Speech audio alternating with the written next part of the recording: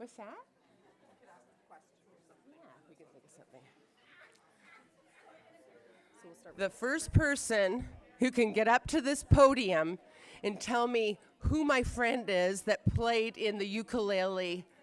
What's her name? And you can't, Gwen. Anybody else can. You have to get up here, though. You have to make your way up here to the podium. Come on, Donna. Oh, just the name of the lead of the Bayfield Ukulele Society. And her name is? I'll get out of the way. Her name is Nancy Moore. Yay! No, don't go away. You get to Donna, what do you want? Donna? Do you want some Tin foil or chocolate or you want chocolate? It's good. Oh yeah, Do you want a hat? This is nice. You want Okay, a so garden pouch? Do you garden? Just gardening pouch. You can put your cats in it. Okay, I just have to do a plug here because Dan Stringer would really want me to. So we have all kinds of swag at Gateway for your Christmas shopping pleasure. So this, you see, my friends, is a leather-bound journal, I guess. Isn't that nice? I gave these out as some gifts last year, and honestly, people love them. Oh, there's one back there with Jay McFarlane.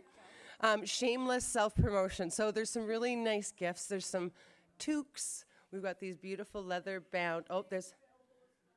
The whole team is at it now. Sorry for putting the pressure on you. They're advertising. Yeah, they are. Thank you. Well, thanks. And this is Donna Parson from here in Perth Public Health. Applause for me. Did you get your prize? And Donna's going for the leather bound. Okay, next. Okay, so there are 5 stickers placed throughout this room on chairs. It's like a shower. So if you look under your seats, you can come up and claim one of our... Actually under the handle. Under the handle. Oh, on the back. Oh, just on the back. Sorry, they're not under the chairs. I lied. Hang on to the chair. Oh, good. Oh, yeah, okay. Oh, a prize. Bring the sticker up So I'll go here out of the way. for You can whoever say finds who you it. are and where you're from. And then you can pick swag. Okay, so when you collect your prize, you have to tell everybody who you are and where you work. I am Selena. I work in the Huron County Planning and Development Department. And what would you like? We've got, we also have Gateway t-shirts. Oh, a t-shirt for sure. That's me. Thank you. That's so nice. And that, my friends, is one of our new t-shirts from Gateway Center of Excellence in Rural Health. Okay. Oh, Haley. Okay, so you get to introduce yourself. Hi, I'm Haley. I'm with the Center for Employment and Learning in Godrich. So we're getting down in prizes, Haley, so here it is. And a garden pouch. Oh, a garden pouch. Oh. Yes, if anybody would like a book, it's called Rail Ties, A Story of Love. It's a fundraiser for the G2G Rail Trail. Oh, love And that. yes, you can get copies online, or I have a box in my car as well. That's awesome.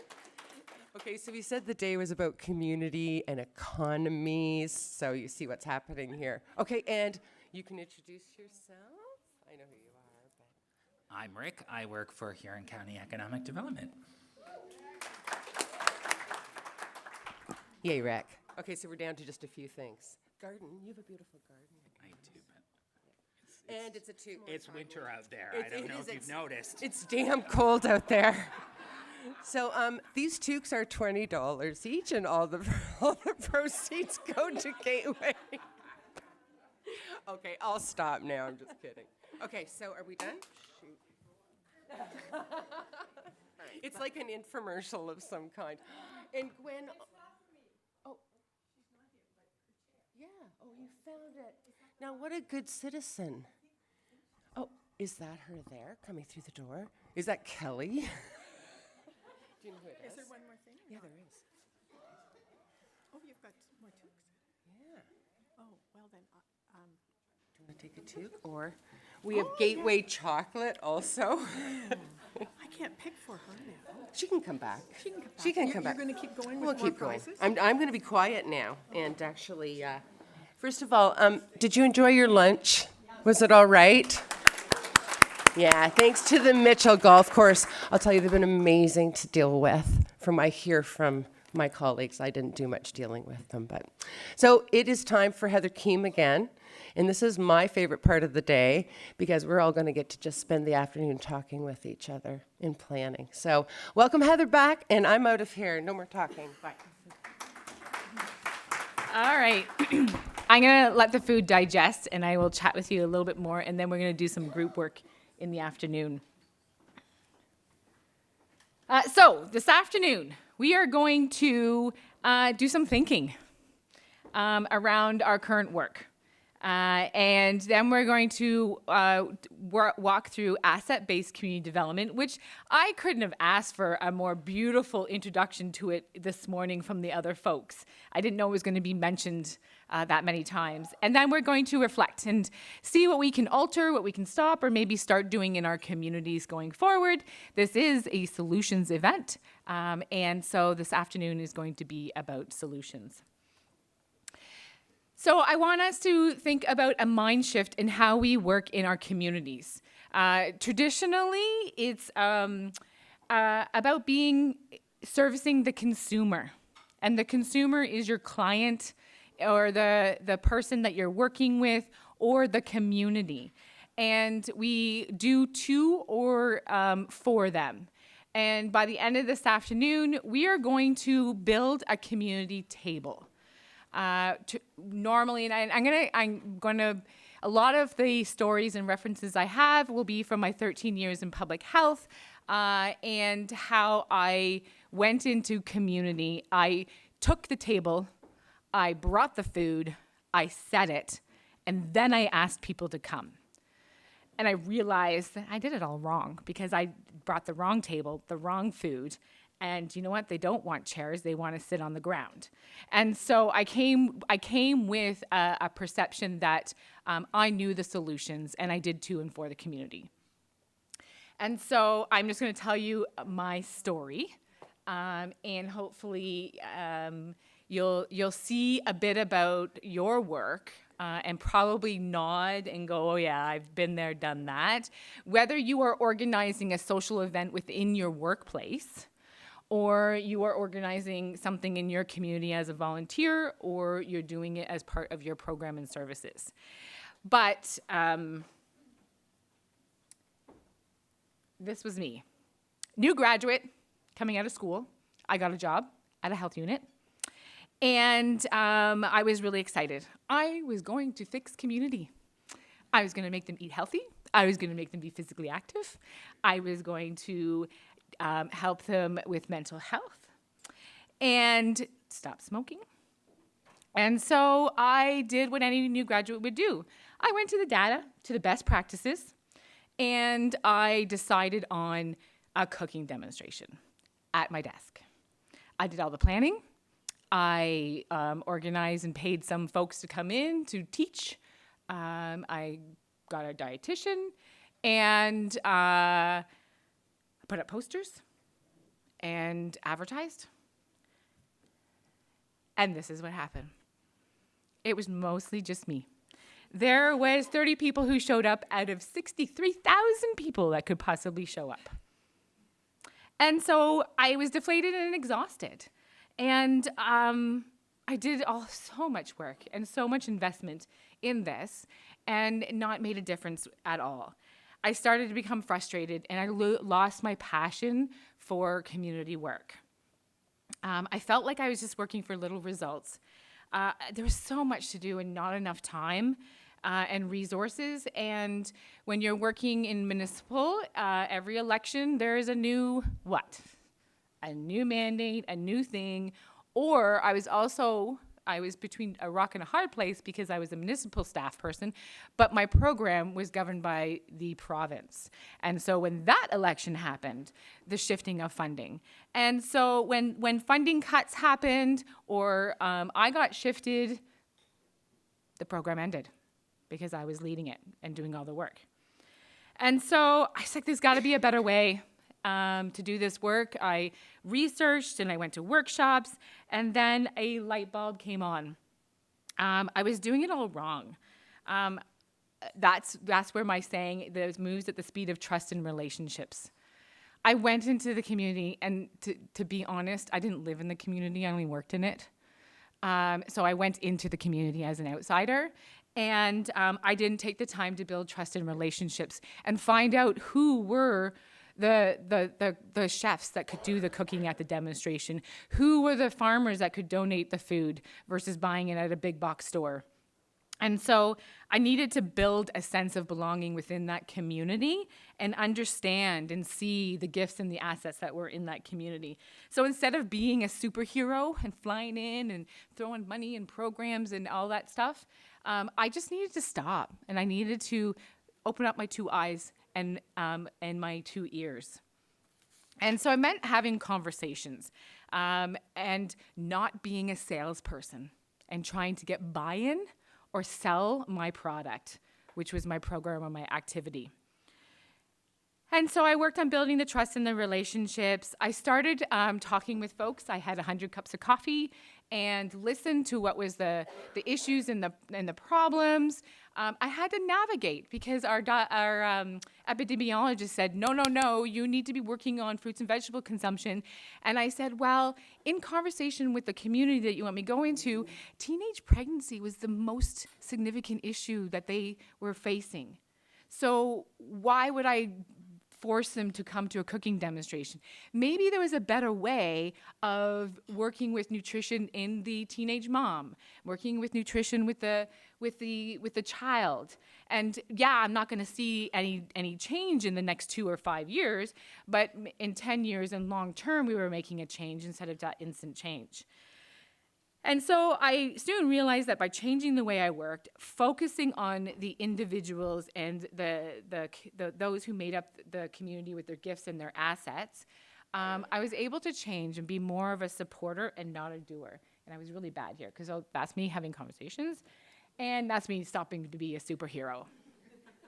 And that was really like this whole journey took about 10 years for me to really realize it. And I left public health for a lot of reasons, fitting a square peg into a round hole, trying to work with community, and they don't have $2 million liability to do something. And so there's a lot of barriers to doing community work. And so I left so that I could use my knowledge and my passion to help change the mindsets. We all have mandates. We all have boundaries. So we talked about this box. We all have a box, but it doesn't have to be a square. It could be a triangle, it could be a star, it could be a circle. So how can we shift and change, but staying true to our mandates and the stuff that we have to abide by, whether it's legislation, etc. So how can we shift that? How can we just shift all of that work? So that's why I'm here today, talking with you. I'm very passionate about it. And as I start talking about asset-based community development, if you think that I couldn't get any more excited, you will see some excitement here and as we do the work. And so this is actually the wrong presentation. I shifted it around. But anyway, no worries. This part of community is going with the flow. So this is 2-4 by width.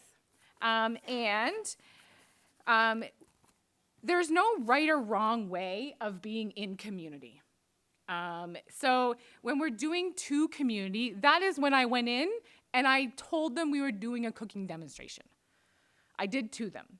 Now, there are reasons why we do two, and I'm going to do public health again. You know, in terms of the vaccinations, you do not want your neighbors or your neighborhood deciding how we're going to vaccinate each other. Like, it's just not going to happen. So there are reasons why we do to the community. And then doing for the community is, an example would be good food boxes. You know, we give the, decide we're doing good food boxes, we go into the neighborhoods and we deliver them. And they tell us who needs them. So there's a bit of consultation, we know this, but we decide what goes into those good food boxes and we decide when they're delivered. So that's the 2 and that 4 piece. The provided with and provided by is when we do the good food boxes, but we ask them what times and when and what would you like in them. But we still deliver them. So that's that with piece. And then the by is that, you know what? They grow their own food and decide what they're going to grow and build their skills.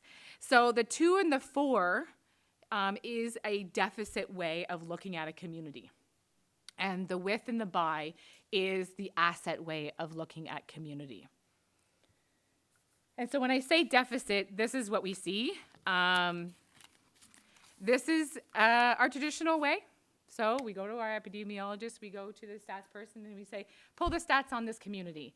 They're going to tell you the unemployment rates. They're going to tell you that they're physically inactive, that they don't eat enough fruits and vegetables, that there's gangs in there, that there's poison in the water, mental health, there's graffiti, child abuse, etc. And you go on and on and on and on. When we talk about a community like this, we usually call them, and I really don't like this word, and I'm glad I'm not in public health anymore, priority neighborhoods.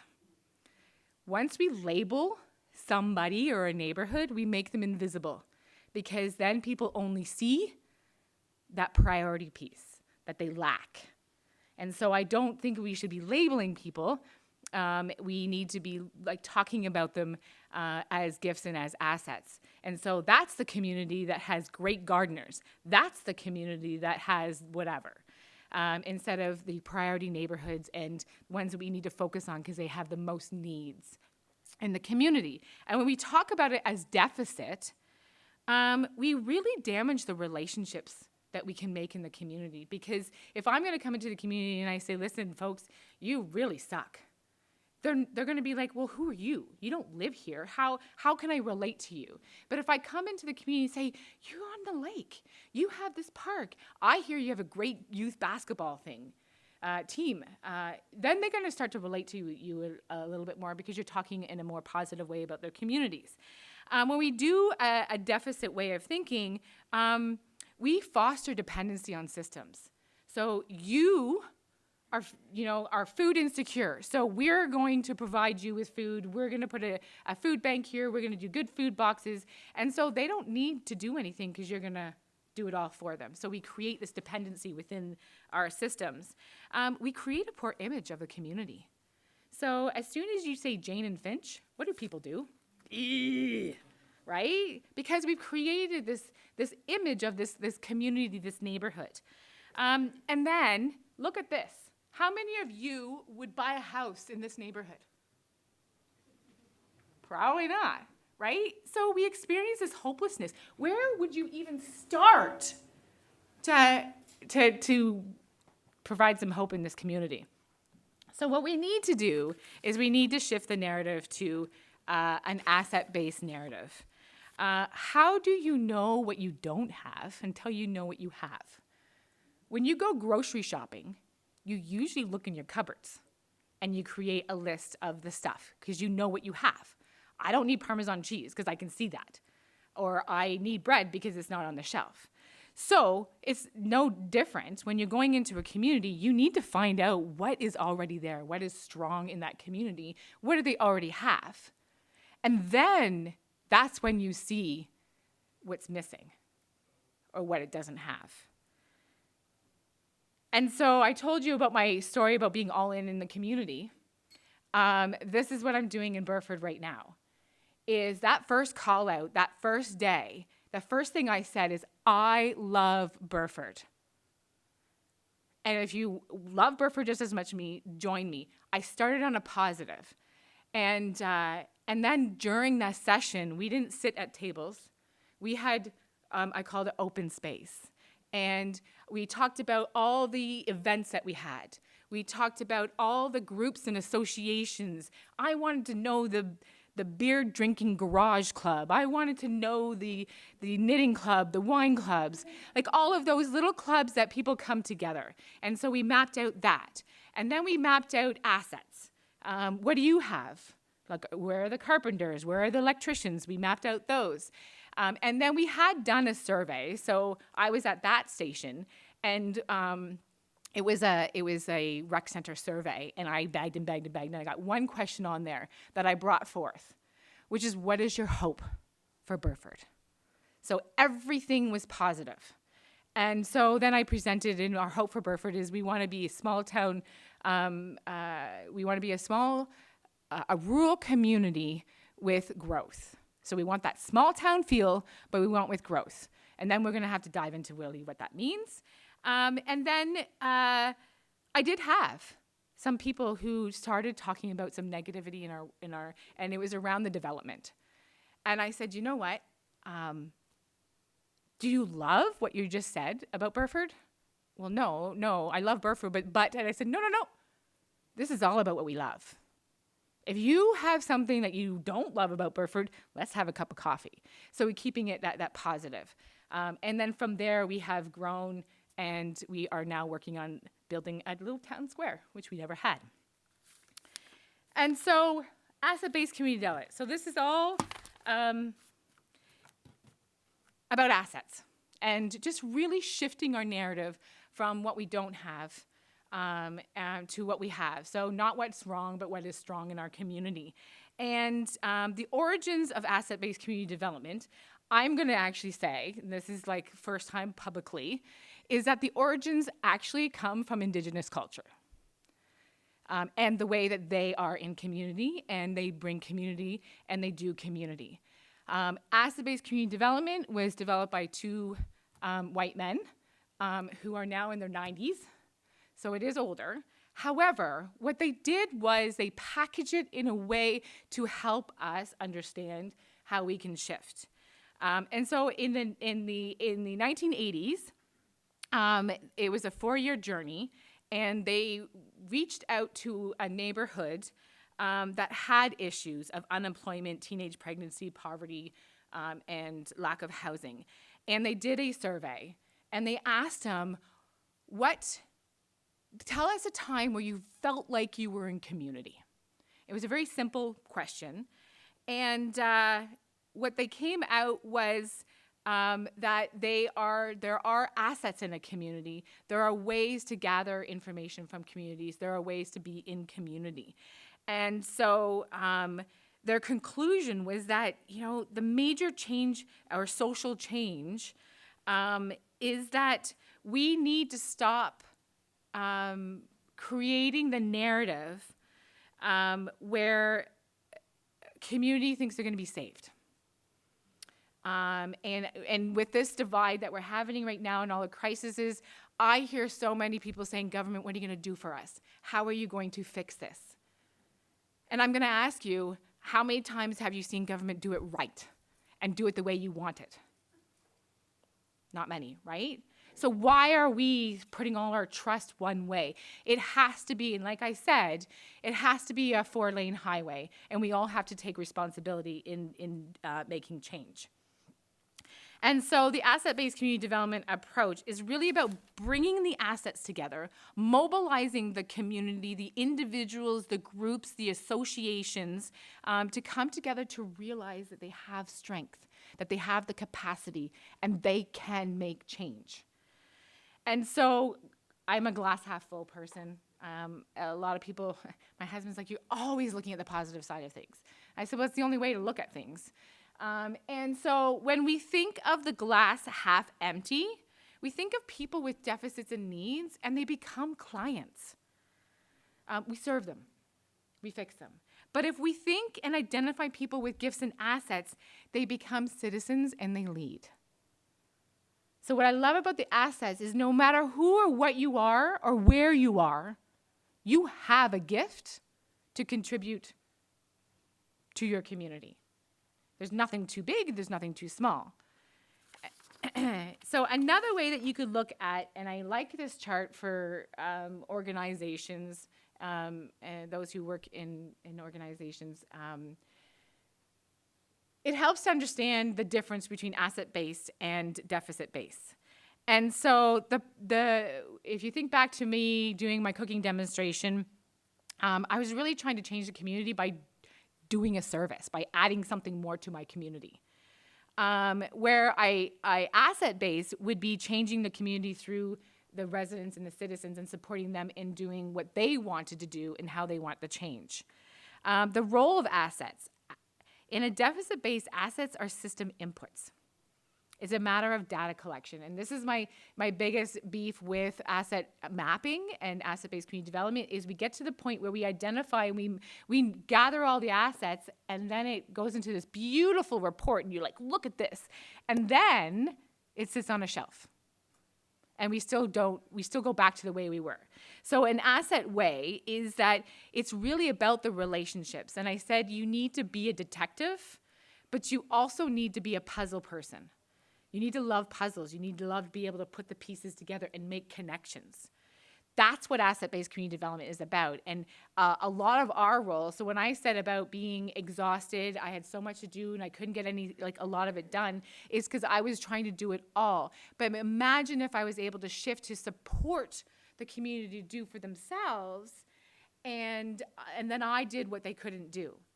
Then that means that my role wasn't 100% doer. I was a supporter and a doer, which then allows me to do stuff that wasn't done in the community or they needed done for them.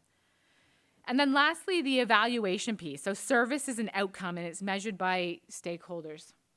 And an asset base, it's the success of your work is by capacity and measuring connections and relationships. Almost done with the theory part, and then we're going to jump to some fun stuff. So the principles of asset-based community development. I have taken what John McKnight and Jody Kretzman, who put this together, I've taken their principles and I've made them more of a community. And I worked with a group out in Vancouver, and they started this, and I jumped on their bandwagon because I really love these principles. And so the positivity principle, the glass half full principle, is that we focus on what is strong and not what is wrong. The ownership principle is when people have the power to set the vision and for their projects, use their own resources, and do the work themselves, there are a far greater chance of success. And I have seen that over and over and over again. In terms of sustainability, when they're invested from the very beginning and utilizing the resources that they have and actually have a voice in where the project goes and what the project is, there is a greater chance of sustainability than if you do it for them. The wholeness principle. When everyone is included in the community building process, increases cooperation, sharing, and trust. That is another thing I love about asset-based community development is because everybody has a gift and an asset, everybody is included. It's a very inclusive process. Wonder principle. When people are given the space and freedom to ask questions and imagine the possibilities, the community is better able to discover what truly cares about and desires to achieve. That is why I love that hope question, and I fought to get it on the REC survey. So what is your hope for our community? I have seen that question put on a couple surveys across Canada, and that hope actually ends up somehow making it to a vision that the community will buy in. Nope, not buy in, that the community will see themselves in. I talked about wonder principle, organic principle. Both the power and the blueprint of community growth lie in the community itself. The community has the answer. Again, when we talk about governments, they are removed. I call it the bird's eye view versus the worm's view. Government is a bird's eye view. They see the big picture. Occasionally, they have to dive down because there needs to be something happening in here, but they're up here. They have this bird's eye view. The best view is the worm view. It's the local view. It's in each of the communities. They know the answers. We just need to be able to ask them and give them space to talk and imagine the possibilities. The relational principles, strong and dynamic linkages between people in the community, whether they're informal or formal, are the building blocks for change. And then lastly, and this is the one I love the most, is the transformation principle. The key ingredient to creating positive change is the people who move from self-perception of weakness and dependency to a new paradigm of dignity and respect. And that's what asset-based community development does. It shifts us away from, I can't do this, to I have the power and the knowledge and I can do this. So here is asset-based community development in a nutshell, in one slide. And for the sake of the rest of the afternoon and to get us into the solutions thinking, we're going to talk about resources, methods, and the 7 functions, which we talked about functions.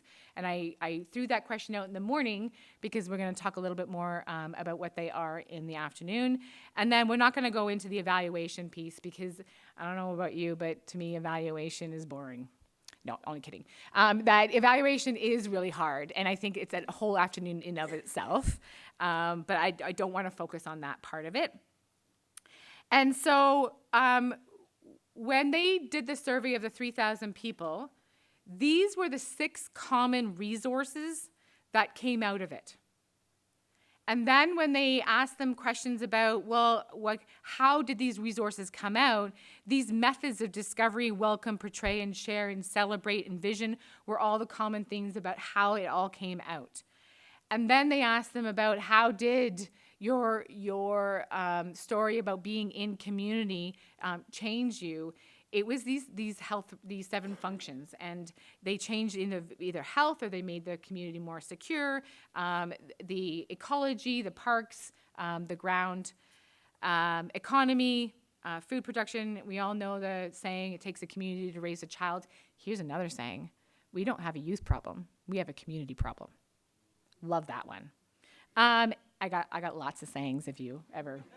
and co-creating care. And this is a natural caring that you cannot buy. So we will dive into these and resources. So these resources, it's really important that we start off with the residents, then go to associations and institutions, local places, exchange, and stories, because it really does start with the individual, and then we work our way out. And so the first one is the assets and the gifts of local residents. The gifts appeared in every single story, all 3,000 stories. And these are the gifts, the skills, the passion, the knowledge that people have that they contribute towards their community. And the ultimate being involved in your community or the citizenship piece comes down to being able to share what you have and bringing it to your community. And so the next one is associations. And associations are I'm going to say 98% volunteer. So these are your Lions. These are Optimists, if you have Optimists here. These are churches. And why I say 98%, because some churches do have a part-time paid person, but most of the work of churches is done volunteer. So these are your volunteers. These are your garage beer drinking groups. These are your, puzzle clubs, your ukulele club. Like, these are all where people come together with some sort of an affinity, and they do good in their community.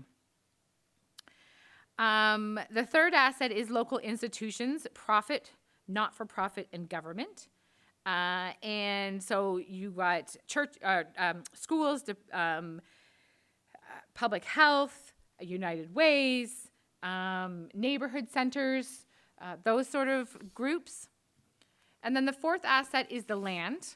This is everything on the land, everything below the land, which is very valuable to our neighborhoods. And we did talk about the places to grow and preserving our lands, parks, rivers, water is a really great asset. The natural environment, the built environment, the bumping places, the places where you say, hey, Susie. I always go on tangents, but our local post office used to be that bumping place, and then they renovated it, and now it's like this little cubicle where you don't have time or space to bump into your friends and your family as you're getting your post office box. And then the fifth asset is these exchanges. And so this is where the economy fits in. But there's more than just the actual money transaction that happens in community. There's also bartering, sharing, and trading that happens in community. Time banking, babysitting co-ops. There's all these things, these exchanges that happen. And then the sixth asset is the one that I feel like we don't do enough about, and it's really important, I believe, in a rural community, is these culture, stories, and history. Because rural communities really rely on the history and the culture of the way we were. And so these help us to see how things were done. I do a lot of our historical walks, and I think, oh my gosh, I'm like 40 years too late to move to Burford. Like they're talking about how it used to be happening, and we've got empty stores, and it's just really, it's really a pass through. But they used to say it was hustling and bustling and people, and so those stories and that the past and the history and the culture starts to activate a passion in us new folks. And so we want we want some of that culture and that history, and how do we bring it back? So it's really, really important. And so we are going to do some asset mapping in our groups. How do you discover the capacities? Oh, I'm sorry to interrupt. I was just thinking, I have a suggestion. Just because some of our tables are getting sparse, I'm wondering if a few of us could move over to fill up our tables when you're ready. Yeah. Just that, yeah. Okay. And then. Yeah. Question. Mm-hmm. How are you defining resident? Well, when you've seen one community, you've only seen one community. So I am going to leave it to you on how you are going to define it in your place of work, where you work or you do your programming. So resident can be in neighborhood X and who lives there. Resident can be in the city of Stratford. Okay, my question, where I'm going with this is, that term for my own case, resident often means you said you live there. Yeah. Okay. Does that include people who live on the streets there? And yes, because Are they part of the community? Yes. yes. Okay, but I'm saying some communities are not. I just wanted the definition you were using, Oh, resident, and to be involved in this conversation. yeah. Are they residents? They don't have a house.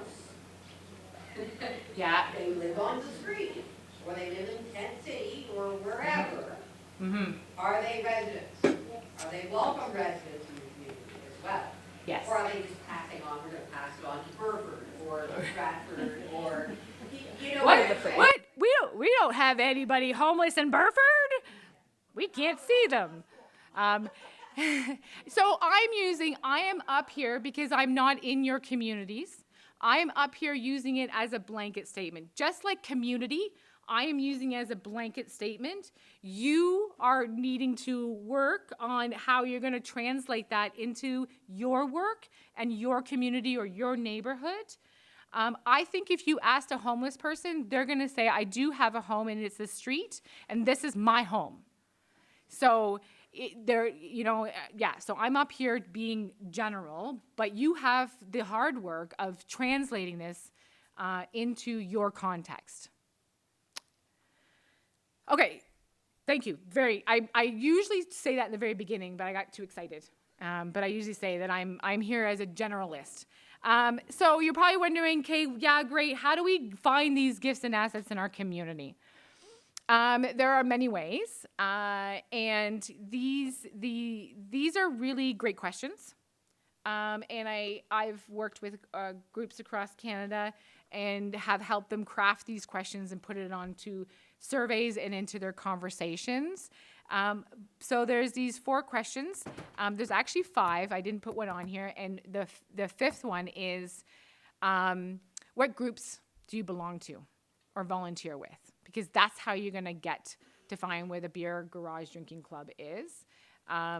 So the first question is, what are your most significant gifts? Again, this can be done in a workplace. You can do it with employees.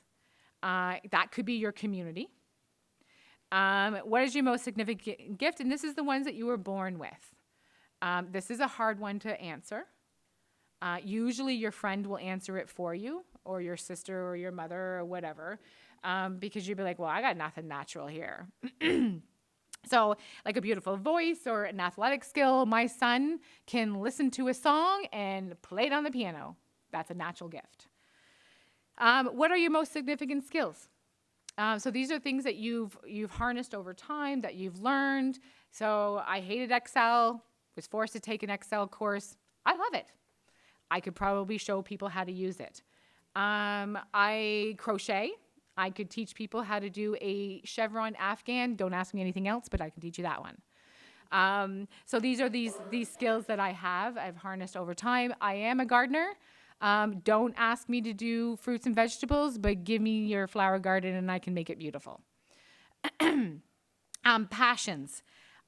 This is a very, very powerful question because people are motivated by their passions and they will get engaged and they will get involved in the community based on their passions. And so my passion is community. And so I do anything community. So if you can find the passions that are within your community, and then as you're organizing, if you can shift your mandates or organizing things that are happening in the community, you organize them around what is that passion in that community. Then you don't have to be a salesperson and do the buy-in. And then the other one is knowledge. And I actually say this is a two-way. And this is very helpful if you are going into a community and your mandate is to do programming in community. What knowledge do you have that you can teach others? But the other question is, what would you like to learn? The what you like to learn is where you would then try to see about organizing programs and activities from, but all you have to do is be an organizer, because if somebody wants to learn crocheting, you know Heather, and Heather can show them how to crochet an Afghan, and you would pull Heather in and start a crocheting group. Versus what I did with the cooking demonstration was I did it all myself, and I got outsiders, and I did it everything, and then I came into the community. So it's very different, and that's because I didn't know who the chefs were, the people who cook, even canning, how to prepare canning. So what we're going to do now is, so in your groups, and please join, your table is going to be your community. You can define it if you like, but it's your neighborhood or, it could be a workplace. And you are going to think about, and I'll put the 4 questions back up. You're going to think about your answers to those. You're going to write them on a Post-it note. If you can come up with more than just one, but I'd like you to come up with at least one for each. And then share your gifts and assets with your table. Talk about it and see what you find. You might have some people that you can then kind of clump together. Maybe it's the foodies. Maybe it's the people who like to get their hands dirty. However you theme them. And then we're going to come back to together, and I'm going to walk you through the next kind of part on what to do with that. Now, this is a really great exercise. I do this at all of our conferences to help people who are at a table get to know each other, because usually you're coming by yourself. And as soon as I find anybody who likes yarn, I gravitate to them and I talk with them. So what do? Do you knit? Do you crochet? So you get this instant little conversation going and relationship going, and it builds that. If you start a new group or a new committee, this is a great way to build trust and relationships in the group, because you humanize what you're trying to do versus jumping right into the work and not knowing each other. So that's just a little aside. It's a really great tool to build that. Okay, so we're going to give you 15 minutes, and I will put go back. There we go. 4 questions. I don't even want to join.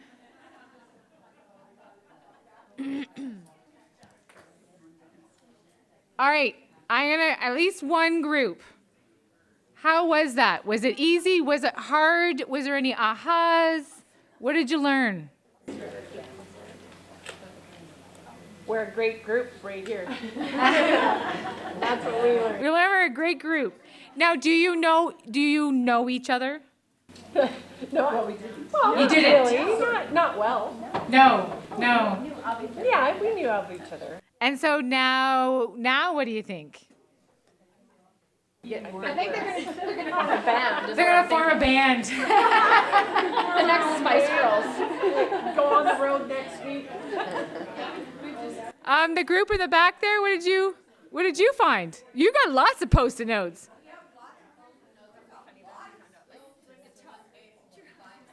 A lot of skills. Yeah. Really. And you spent 15 minutes finding the gifts and the skills so can you imagine if you spent a couple months having conversations and trying to dig it deep into the community and finding gifts and assets? This is the part where we usually stop because we're like, oh yeah, we got all this stuff. And we usually stop here and we don't know what to do with this information. And this is where I get really excited because we're going to weave a community fabric using your gifts and your assets. And this is the next part to it. And how are we going to do this? So what I talked about, the methods to find your gifts. So you need to discover, I call it be a detective. So as you're going out into the community, you need to be listening and watching and hearing and seeing. If you're talking to Susie, you'd be like, oh yeah, Susie seems to be a real connector. She knows everything going on there. I'm gonna write Susie down as a connector. Like have a pen and paper in your back pocket and you'd be writing down. Now, the more you can get about it by putting somebody's name beside it, and saying, do you mind if I put you on the list? You're an electrician. We are trying to do a community square and there's no electricity there. Would you help us or be able to guide us on how that could happen? But if I don't have the name and number of that person, I won't be able to connect. So you're just doing something very, very quick and simple, but you could create a spreadsheet, whoever's Excel fan here, and you could actually be putting down people's names and what their gifts are and knowledge and start building a database so that you can then be the connector and start connecting the gifts with the things that are happening in the community. That's the fun part. So Santa Claus parade, their volunteers gone down, they're having a struggle. Oh, you know what? I know somebody who has a trailer. They can loan it to the scouting club because the scouting club doesn't have one. Like just being that connector and bringing things together. That's a puzzle, like putting puzzles together. So you need to discover the local people, finding those connectors. There's always somebody on a street that knows everything. As always, right? Those are the people that you want to find. Those are your connectors. And you meet up with them and you say, Susie, you know this whole street. If I give you a bunch of surveys, would you sit down and have conversations, or would you validate that this is real and not something and I mean real as in creditable? And build trust and relationship with that person, because then they're going to go out and help disseminate the word. And it's that telephone tree, but in a community way. Being welcome. So this is gathering people's gifts and me standing up here being honest about my gifts and my assets. You need to create a welcoming, safe space. If I don't feel safe, I'm not going to contribute, or I'm not going to tell you anything. I'm so used to just keeping to myself. As newcomer coming in, this is not something that's that's new. It's new to them to be able to share your personal information. Or as a senior, you know what? You don't air your dirty laundry, right? So you have to create a space that's welcoming and build that trust in that relationships. And you need to go to them. So if you want to find the gifts and the assets of those who are homeless, you need to go to the streets and chat with them, because they're just as important at getting their gifts and their assets to contribute as your neighbor. And so you need to go to those pockets. I actually say the days of people coming to you for engagement are over. We should not be asking people to give up their time to come to us. As you discover these associations, when the Lions meet, I'm an Optimist member, there is guaranteed 16 people out at our meetings.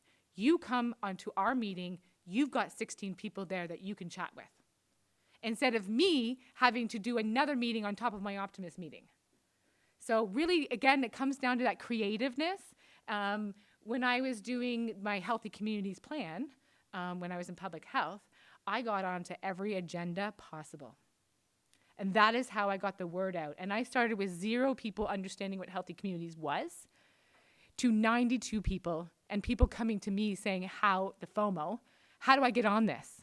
Because I went to their agendas and I learned about the clubs and I said, Optimist, you're children and youth. And children and youth are our future. We want to see what gifts and assets they have. Can you organize an asset mapping with children and youth?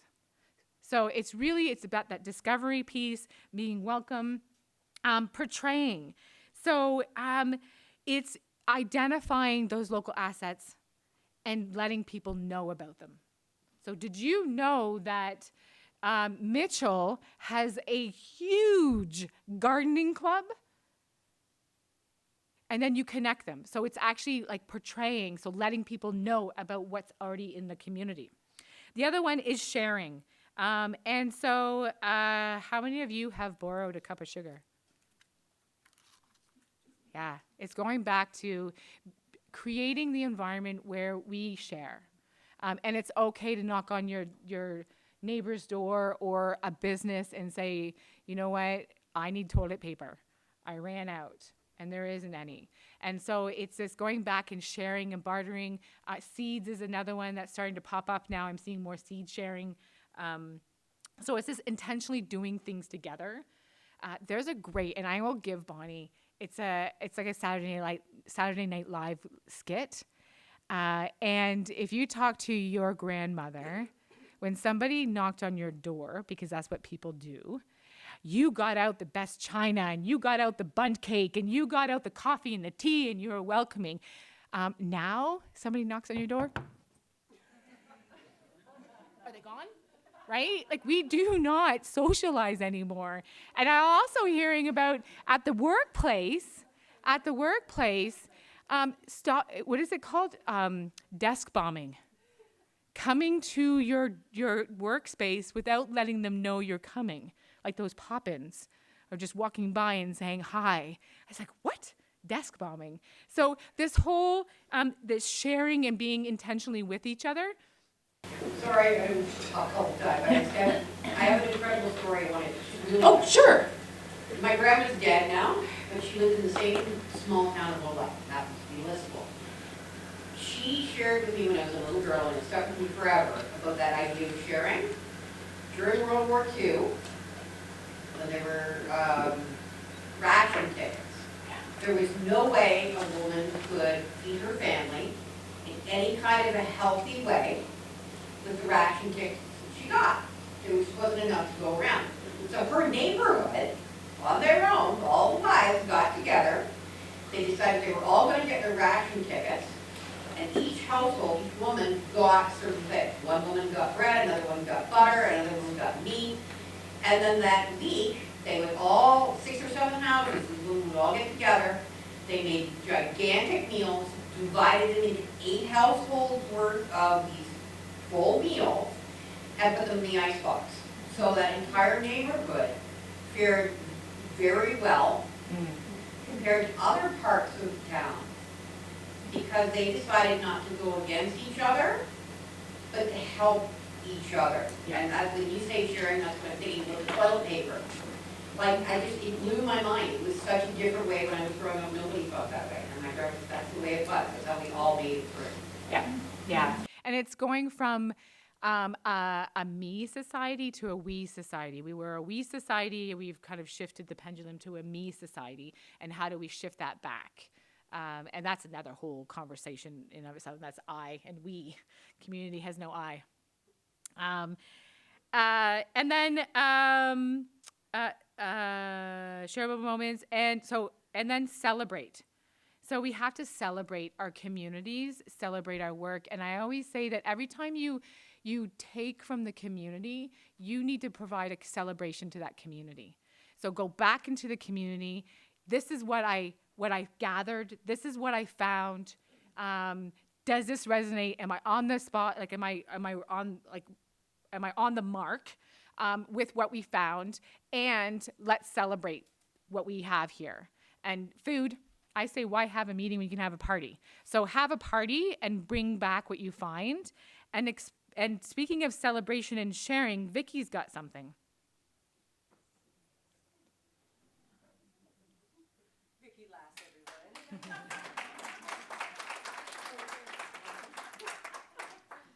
I just wanted to share with you that one of the projects we did at Huron County Economic Development this year, and it should, if you're in Huron County, it should be in your paper or available at your library. And this is just a way to celebrate the holiday season. So instead of doing a big promotion on Shop Local, we wanted you to come out and rebuild community. And so this is a listing of the Santa Claus parades, the light events, the celebrations, the musical happenings. It also includes those BIAs, which are community builders and events that they're sharing and other helpful links. But the whole idea is that we wanted to invite people to come back to community during the season of celebration. And so, feel free to still shop when you go to a Santa Claus parade, but more importantly, we wanted to invite you to come back together. And so this is also online, and this publication was the brainchild of Rick Sickinger, and he did an amazing job at putting it out there to invite people to come back, share, and celebrate with each other in person, as opposed to the last couple of years. So they're over here. Wasn't that a great way to weave that in there? And then and then the last one is vision. So I talked about vision, and it's that rowboat. And that end destination, what is the goalpost that we're trying to head towards, and what is our play to get there? And so creating a vision, a local vision, where people see their gifts and their passions are able to contribute to that. And so that's really powerful. And those are the methods to implementing asset-based community development. So what do you do with all that stuff on your table? You are to then sort them and see, and that's what I asked you to do, was kind of clump them together. So who are the yarn people? Who are the gardeners? Who are, the Excel computer people? Who are the data people, etc. You bring them together, and there are several ways of connecting people. It is individuals to individuals. So if you find one person who likes yarn, and you find somebody who wants to learn what to do with yarn, it's connecting them together. It's not creating a new program or a service, it's just connecting them together. And then they'll say, you know what, there's a few of us now, my living room's not big enough, would you support us or help us find a place so we can grow this? So you're switching from doing to being with and by, and all you're doing is now finding them a place to do their yarn work. Individuals to existing associations. Do you have somebody who's passionate about children and youth? Do you know your local Optimist Club? Let me get you the contact, and I can connect you to the local Optimist, because they're all about children and youth. So it's connecting. And then it's connecting groups to groups together. So there's probably a young moms group, a mom taught group, right? And they really want to work on, redoing the playground. It's just not what the kids want. Connect them to the Optimist Club, because the Optimist Club does funds and does programming in the community. Connect those two together so that they can then work on redoing the playground. And then associations and associations. So connecting, that's what I just said. Associations together. See, I need a cup of coffee. So there's ways of being a connector, and your role is going to eventually be a connector role. So what we're going to do now, and this is the fun part, the absolute fun part, and this is the solutions part. So looking at the gifts and the assets on your table, now thinking to the solutions for our region here, what can you do? What can you pull together? So what you're seeing here is I worked with a neighborhood in Durham. It was with social housing in Durham in one of their neighborhoods. And we got 2.5 pages of gifts and assets. And we organized them, as you can see, those are the questions along the top. And we did surveys, they did food, they had a corn roast, they hosted kitchen conversations, 2.5 pages of gifts. And what they did, I'm gonna just pause here because beforehand, they did what I did. And they organized programs and nobody showed up. So now what they did was they pulled this out and said, we've got people who are willing to share their artists and crafts. We have people who are willing to contribute paintings and drawings and woodworking and arts and crafts and beading. We have somebody who's passionate about a craft show. And we have somebody who wants to learn painting. Why don't we bring all these people together and support them to do a craft show? Pretty simple when you have it all here, right? When you know the gifts and the assets. So this is what you're going to do now. You are going to look at your gifts and your assets and see what kind of solutions you can come up with. And you have chart paper, so if you can write that down. And it also helps, so if you say craft show, it helps to put the post-it notes of those gifts that will contribute to it, because technically they have names on them and you can sort them. But that just helps you to because what we get into the trap is we go down a path of, oh yeah, community food garden, and then we ended up just taking it to our desk and doing it, and we forget about here. So if you can pull the gifts and the assets that are going to contribute to that, you stay true to the community versus going back to our old way. So easy, I do it all the time, and I have to pause and go, wait a second, why am I doing this again? Do I have backing from gifts and assets? I don't, then that means I just took this on a tangent all by myself. So you're gonna come up with 1 or 2 solutions. I know, grab a cup of coffee. And guess what, everybody? Another surprise. Just in time. So I don't know whether any of you are like me, but like I always like to go home early. Right? How many people here would like to get on the road before it's dark or before? I don't think we're not gonna shorten this program, but we're gonna maybe just speed it up a little bit, so in order to get all of you on the road so you can travel home safely, hopefully many of you can get home before dark. Sound good? Okay. Yeah. Okay, applause from the crowd. No pressure, Heather, to get us through. Heather actually made the decision, so. Oh, yeah. There. Okay, so you're gonna look what you have, and you're gonna come up with a solution.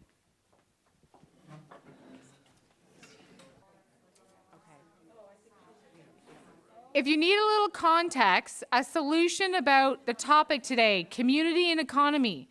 How can we bring together, bridge, come together?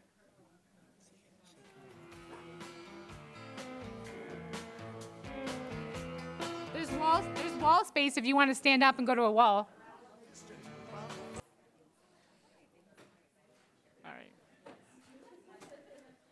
All right, so did you get to a point where you came up with something? Did any table? Oh, we have 3 things back there.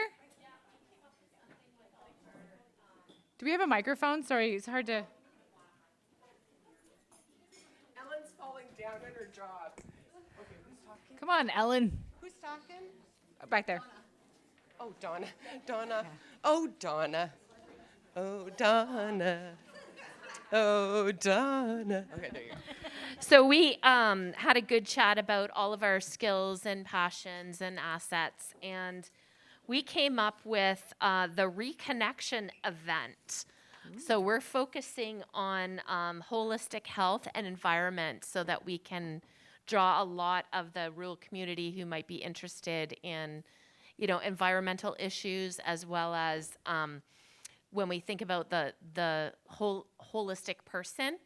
So whether it's, physical, spiritual, mental, social, that's what our event's going to focus on.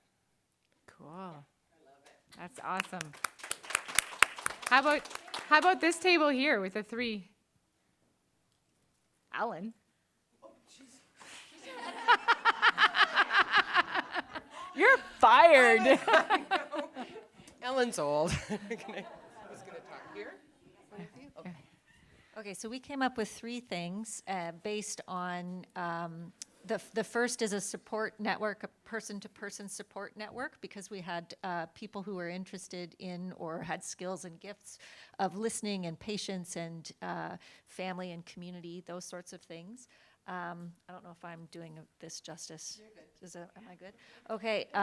Then we had a lot of skills and such as people who speak a second language, people who are good at basketball. We had passion for recreation and sports, etc. So we thought programming where there are opportunities to learn different skills. And then an event, we had lots of people with gifts of hospitality, skills for cooking and baking, and organizers. So we thought that we would hold a large community meal as a connector. Yeah. Good job. I'm sorry, I kind of shoved that in your face. I'm sorry, but I didn't mean to. So normally this is like a whole day, right? You would sit down and be able to walk through it. So the next thing I wanted to talk to you about, thank you, Ellen. You can have a seat now.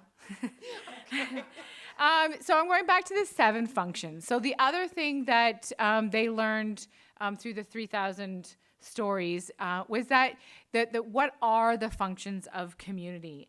And the traditional approaches that we do in community is more about the institutional reform and about individuals and their deficits. And so the asset-based approach really flips that narrative upside down and highlights the vibrant democracy in our communities. So when I watched you, you started off really slow and quiet, but then as you shared, you leaned in and you got more involved, and you then came up with these ideas, and then the excitement rose from quietness to really excited conversations. And so it helps us to just give back the function of community when we start off with the gifts and the assets of the individual. And so the functions of community were sorted into these 7 functions. And we are here to talk about health and well-being, right? So the first one is enabling health. And, how long we live and how often we are sick are determined by our personal behaviors, are determined by our social relationships and our physical environments and our income. And so these communities that we live in contribute to our health. And when somebody is sick, we will help with their childcare. We will help with providing food. You know what? You're going through treatment right now. Let us make some food for you. Or you lost a significant person in your life. What do? We tend to bring meals and dishes. So community has a role in our health. The safety, I talked about this already, but how safe our communities are really comes down to, do we know people in our community? And that person who knows everybody in the community is always watching out the window. They know who belongs there. That's an odd van. Why is that van there? It's never been there before, right? You get to know who should be there, and you will alert the authorities, or you'll alert the neighbor. Hey, did you know that there was somebody sitting outside your house?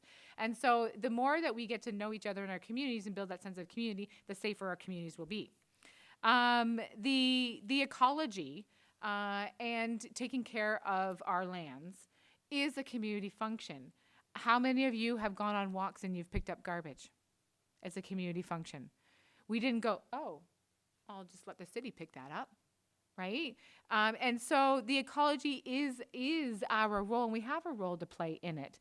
When you go down to the parks, We take care of the parks. We will notify the city when a bench is broken. We don't just sit there and wait until they find it. So we can contribute. The other thing, too, is if you know your neighbor and they're heading to Stratford and you're heading to Stratford, can we carpool? One less car. The economy. So there are a lot of neighborhoods where one person will own a lawnmower and one person will own a snowblower, and they share the social capital in our communities. And we can create that by getting to know each other and who has this, who has that, and we share. And then again, it's one less thing that has to be bought. It's more economical when we barter and when we share. Food productions, this is coming in the last 20 years. Food gardens are everywhere. 20 years ago, it would be like, food what? You want what? And so being able to produce our own food within our communities, and I don't know if you've ever been to Chicago, the city has taken all of their municipal gardens and made them edible gardens. So there are ways that we can, and you know, if you're a business, you know, having a garden out or a pot thing there that has some little cherry tomatoes in it, right? Like we all can contribute to the food. You don't have to rely on food banks. And it also, again, going back down to dignity, if I can grow my own food, I have more dignity. Raising our children. I'm not going to talk much about that because we know it takes a village to raise a child. And then co-creating care. So this is the one that's this natural caring. And there's this gentleman who did this care mapping, and you were supposed to map out everybody you cared for. I put my dogs, I put my chickens, I put my kids. I had my niece living with me, and I'd mapped this all out, and I didn't put myself on there. I was like, oh my gosh. But when I mapped out this caring, and I cared for a friend who, you know, her car broke down and she's going through a divorce, and so I lent her my car. Like, we have this natural caring that cannot be purchased and it cannot be serviced. So how do we create this natural caring in our community? And so I'm telling you all this because this is the weaving part. This is the exciting part, and this is something that I have been fortunate and never thought I ever in a million years would be having coffee conversations with John McKnight, who is the guru of asset-based community development. And I was sitting with him and I was saying, I'm really struggling with this next step. What do we do with all of this? And this is our aha moment, is that if we give the power back to our communities, which is the 7 functions along the top, and this was going to be our next exercise, is then what do we put our activities that we just came up with, and then how do those activities, I wrote them down, where did I put them? Here we go. How did our activities, I'm going to say I called it skill sharing, the learning skills thing, skill sharing. We put that up there. How does skill sharing contribute to health? How does skill sharing contribute to care or security or children? And you kind of just, you think that through. And then what you'll see is there's some blanks there. And as businesses and organizations and institutions, that is where you should be zeroing in on. Don't zero in on where things are already happening, but zero in on where those gaps are. And then what can we do with it? Like, this is so exciting. And I'm a visual person, so that's why I like this, is because then you can map that out. And then you could see, and you could slap your town or your city or your neighborhood on top of there, and you can say, look at our community fabric, or weaving the community culture. So this is our culture. This is how we raise our children. This is how we are safe. So the next activity would have then given you a blank one of these, you put it on there, and you would have that discussion. Now, this one here, they worked really hard. You don't have to stretch yourself to put it into a box. It doesn't have to match all functions, because then you lose the purpose of the activity. And so this one here, they really did. They kind of stretched it out a little bit. So that's the weaving the community fabric. That is what you're ultimately doing in your community. That's it. That's the process. Now, this is a whole day thing. Bonnie made me do it in 2 hours, and then she cut me down even shorter. So, so you were going to go do this, but you're not. So I'm just going to leave you with a few mind shifts. to get you thinking. So how do we go from thinking of our communities as recipients, whether it's the individuals or the community itself, and go and make them leaders in the health and the function of their communities? I already talked upon this piece here, we surveys. I hate surveys. They're just so one-sided, but they do have a purpose. So surveys and conversations, surveys and coffee, and it just says, and we do surveys because it is more efficient, and we can reach more people, but we reach the already reachable. Surveys do not reach the unreachable. Again, if I had more time, I would talk a little bit more about engagement, and that surveys are you reach the reachable, which you want. But then if you go to the listening conversations, that's where you reach the unreachable, because you're going to go there, you're going to go to their place, and you're going to create a safe space. So you should be not just doing one, you should be picking multiple ways of engaging. This is my other thing. I could do a whole geometry lesson here. This is the asset-based way of putting your committees, your groups together. Traditionally, our decision-making tables and our committees and our groups are the professionals. And they sit at the table and they network and they talk and they do those sort of things. And then we are like, wait, we have to be more equitable and inclusive. So we have that one person who has Alzheimer's representing everybody who has Alzheimer's in our community. So that's what we do. So then we're like, oh, but what if we gathered all the Alzheimer's people who will want to be involved at the table, they're at the table having discussions, and you're on the outside listening and seeing what they come up with and how can you support their program. To me, that would be ideal. That would change democracy. Totally change democracy. So how do we be supporters and not doers? How do we listen and then ask these 3 questions? And these 3 questions are important you ask in this order. What can they do for themselves? What can they do that they might need some help with? And what can't they do that we need to do for them? So a block party, they can organize the block party themselves. They've got all the gifts and the assets in them to do it. What do they need help with? You know what? I don't know if you've ever tried to close a street, but those forms are ridiculous. I hope there's no government people in here. They are ridiculous. I'm in it right now trying to fill in these forms to do an event. You know what? An organization can do that. Or a business or whatever, right? And then you know what they can't do? Public health, I'm going to throw you under the bus here.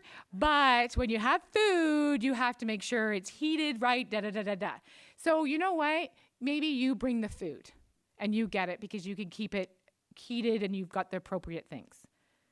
So out of everything you heard today, walk away with these 3 questions, because these 3 questions are going to help you change the way you do your work in community.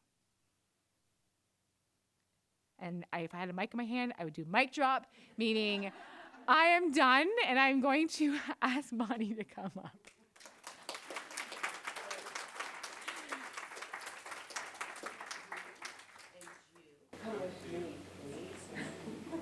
We're going to just say goodbye, but we have just a few thank yous and, all that jazz. So the 3 of us right here make up one position. Yeah, we really do. So we're one full-time staff person. And I feel really, really blessed to have been able to work with both of these people through this contract. Uh-oh. Gwen, I'm going to cry. Get it before that starts. Thank you. And this is only part of the team who's come, so I'm not going to do all the talking. I'll let you guys. So first of all, a big, big thank you and out to our planning committee, our partners. So Vicky, you're going to have to help me. Vicky, Kristen, Dana, who's not here, Suchi, and who else am I missing? Huron Manufacturing Association, Huron-Perth Public Health, I knew I'd forget people. Heather from Tamarack, of course, Huge, huge. and Gateway. So I think it's another really great example of community because it's not just one person, right? We used our skills and our abilities and our talents to come together and put together a day. So I think it's pretty amazing. So I would also like to say this first time, I think, in my whole career, because I've worked predominantly in grassroots organizations, so you do everything. You clean toilets, you provide counseling to young people, you run meetings, you know. I'm sure many of you understand all of that. But this time, because we were so generously funded by the Ministry of Labor for this project, we had a little bit of extra money so we could continue on our work with our great researchers and with our communities. We got to hire a company, imagine. And it's these two amazing women over here. Oh, one. There is two, though. There was two. She's, of course, just what I'm doing. So this is Bobby Brown and her partner in crime, Shayna. And they're GEM Event Planning. Did I get it right? So it's GEM Event Planning. And I'll tell you, like, what a gift. So thank you so much, Bobby and Shayna. You did such a great job. Do you want? Yeah. So just a few housekeeping things. We do have evaluation sheets at the front there. So if you could grab one on your, looks like Ellen's going to hand them out. And lastly, like we've been saying all day, our goal with Be Well Work Well is for it to not sit on a shelf. So there will be work that will continue on after this. We do have a sustainability plan for Be Well Work Well despite the project ending in January. So if you want to continue to have future conversations about this, come to more events like this, continue this great work, then there will be a sign-up sheet as well, or there's a spot on the evaluation at the end to sign your name and leave your contact information, and we will reach out with future opportunities to connect. Is there any chance you're going to share the slides? Yes, most of the slides will be shared as well, so we'll be sending out an email probably next week sometime with all of the information from today. Thank you, that's a good question. Matthew? Yeah, and as well as, please, all the resources that have appeared on your table as the day's gone on, those are yours to take with you as you need. And please feel free to reach out to also where those resources came from, to make them available in your own organizations and in your own communities. And specifically, this mental health resource, if you want these for your own organization, we've got a whole box back there. So if they will be of value to you, just come see us over there and we can give you a whole bunch to bring back to your own workplace. So, yeah, and last but not least, thanks to each and every one of you for coming out today. We couldn't have had this without you. Thank you for bearing the weather and making this day possible, sharing all of your insight. So hopefully you don't struggle with any weather on the way home. Safe travels. Travel safe, everybody. Thank you.